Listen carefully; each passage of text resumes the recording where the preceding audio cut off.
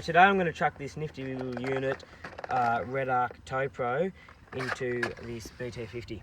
So it's not actually that hard to install a brake controller, especially the Redarc. The Redarc's really simple to install. If you know where to get your power for your brakes and 12 volt, it's pretty simple to install. I'll open the box up, have a look what we've got inside. So one of the first things you want to do is find out where you're going to actually put the unit. Because it's a remote unit, all that's going to be sticking out of the dashboard is the dial. So you can hide this up under the dashboard wherever you want. So I've decided to hide mine in the kickboard here. There's just a few clips, pull off, pull the trim off, you pull that clip out, there's a little one in there, it's just pull, there's one up the top here, you can just pull that, slowly, don't smash the clip, and you can pull the kickboard out. And you can see there's a pretty big gap in there where you can hide it. To work out where you're going to put your little dial, I'm going to put mine just here. There's a nice big spot behind there, enough room to fit this, and it's not going to look really ugly destroying the dashboard. Usually you'd have blank switches like this where you can put like headlights or spotties or auxiliary things. You could usually drill a hole for this, but there's no blank switches in here, so we're just going to have to drill a hole down in the dashboard. Because I do not want screws, anything like coming through the kickboard, I've just put some double-sided tape. This is really good quality, strong stuff. That'll just sit there. Not very big spots, but it'll sit there. We'll test fit it, and that will hold this all in. So I've gone over and above here. This is the old insulation that was in the kick panel here. Just a bit of sound deadening and just, you know, fill up space, stop everything rattling. But I've gone and cut a flap out to hold the Tow Pro underneath. So it's all pretty factory, and it's just got this little flap.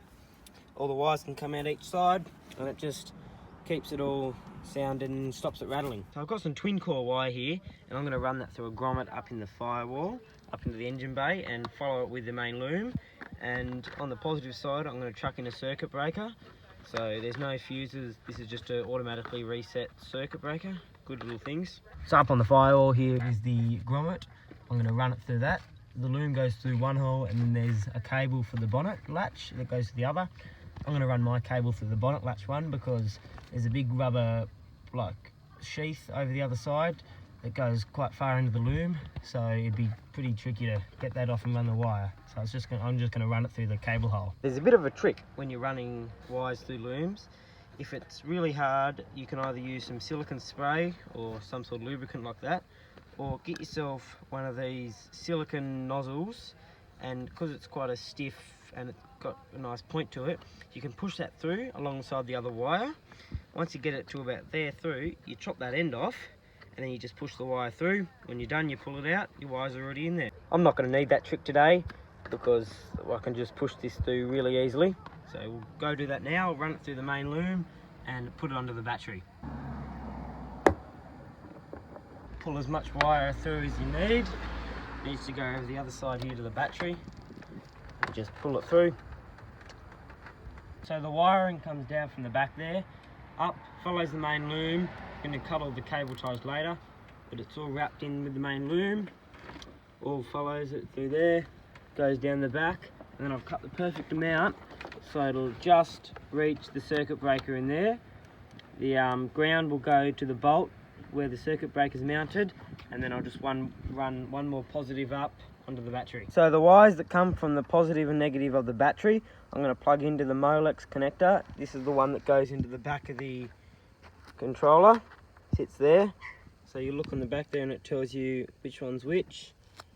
So you just plug them in accordingly. All you have to do is just push the wires in there, push them in, and they'll lock themselves in. Now that we've got the front of the car all sorted out with the main power coming in, we've just got to run another twin core cable down the back to get a signal from the brake lights and also send a signal to the rear brakes. So I'm going to get the wire that's going to the back, run it under all the kickboards, around the main loom, out a grommet, and then follow the main wiring loom back to the rear trailer plug. So I've run the wires all the way down the back with the original loom, just got to cut all the zip ties. Now I've pushed it in from the backwards, so I've pushed it in from the outside in, run it to the plug, run it down the back on the chassis rail, pushed it through the chassis rail there,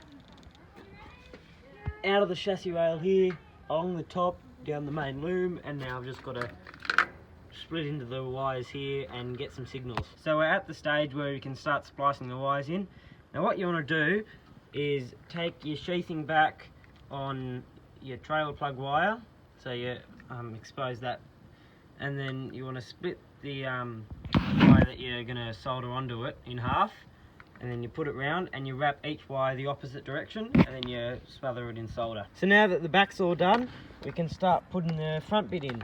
So we'll just put the kickboard back in after we plug the plug in, and we'll route this cable up underneath, drill our hole for our switch. Make sure it all works before that though, because we don't want to have just a hole in the dashboard with a switch and have nothing working with it. So test it all out first, plug it all in, put the kickboard back, drill the hole, and then it'll be finished. Now here's the bit where you don't want to stuff up, drilling a hole through your dashboard.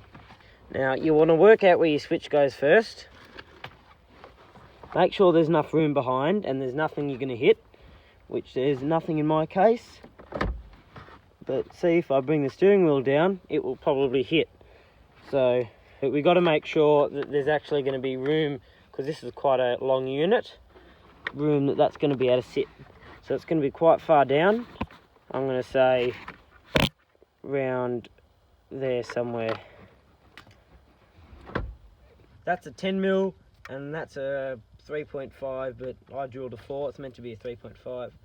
Now that sits in behind.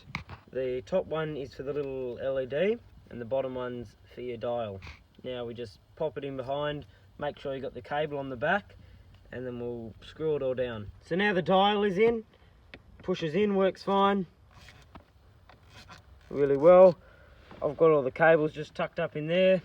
Now we've just got to put the kickboard back on and the whole install will be done. Now you probably want to route your main power to the actual unit when you have it on ignition or accessories, because otherwise this light's always going to be on. If it doesn't bother you, it's only a little LED, it's not going to drain your battery, but that's probably something you should do. That's the install of the Redarc Tow Pro. Not too hard, it probably took just an afternoon. You just got to work out where you're going to route your wires and then work out where you're going to put your switch, and that's about it.